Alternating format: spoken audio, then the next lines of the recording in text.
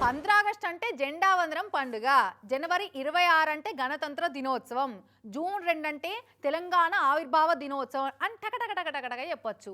కానీ సెప్టెంబర్ 17వ తారీఖు ఏందంటే జాలిగా దాన్ని ఏం దినోత్సవం అని విలువలో తెలియనంత కన్ఫ్యూజన్ ఏర్పడుతుంది. ఒక్కో పార్టీ వాళ్ళు ఒక్కో పేరుతోటి సెప్టెంబర్ 17ను గిట్లా పిలుస్తుర్రు. ఆ గజ్వేల్ కాడ 25 ఇండ్లున్న కాలనీకి 6 కులాలు 6 బోర్డులు పెట్టుకున్నట్టు సెప్టెంబర్ 17 కూడా అన్ని తీర్ల పేర్లు పెట్టినాయి కదా మన తెలంగాణ పార్టీలు. విమోచన దినం, విలీన దినం, విద్రోహ దినం, సమైక్యతా దినం అని ఎవరి కాలు కొత్త పేర్లతోటి సెప్టెంబర్ 17కు ప్రతి సంవత్సరం ఈ ఒక్కరోజే పురుడు పేరంటం చేస్తుంటారు. దేశానికి స్వతంత్రం వచ్చిన ఏడాదికి 1948లో సెప్టెంబర్ 17 నాడు అప్పటి హోంమంత్రి ఉక్కు మనిషి సర్దార్ వల్లభాయ్ పటేల్ సారు స్వతంత్ర రాజ్యాంగం ఉన్న హైదరాబాద్ సంస్థానాన్ని సైనిక చర్యతోటి భారతదేశంలో కలిపిండు. ఇది అందరికీ తెలిసిన ముచ్చటే.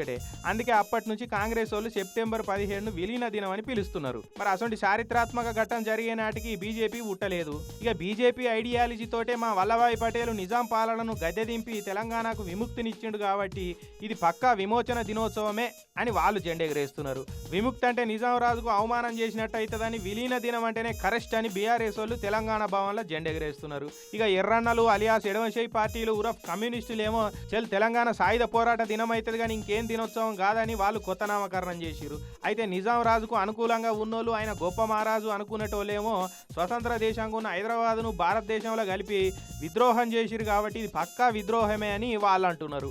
ఇట్లా సెప్టెంబర్ 17 తారీఖు నాడు ఏం దినమని ఎగ్జామ్ల ప్రశ్న వస్తే ఏం ఆన్సర్ రాయాలనో తెలియక తికమాక అయిపోతున్నారు పోటీ పరీక్షలకు ప్రిపేర్ అయ్యేటోళ్ళు. కానీ ఎవరి రాజకీయాలకు తగ్గట్టు వాళ్ళు సెప్టెంబర్ 17ను పబ్లిక్ పార్కుల ఫ్రీ వైఫై వాడినట్టే వాడుతున్నారు పో. అయితే ఇంట్లో ఇంకో గమ్మత్ ఏంటంటే వీళ్ళందరికీ కూడా సెప్టెంబర్ 17 ఒక్కరోజే గుర్తొస్తుంది. ఈ రోజు మలయాళ దాకా దీని జోలు తీస్తే ఒట్టిగా.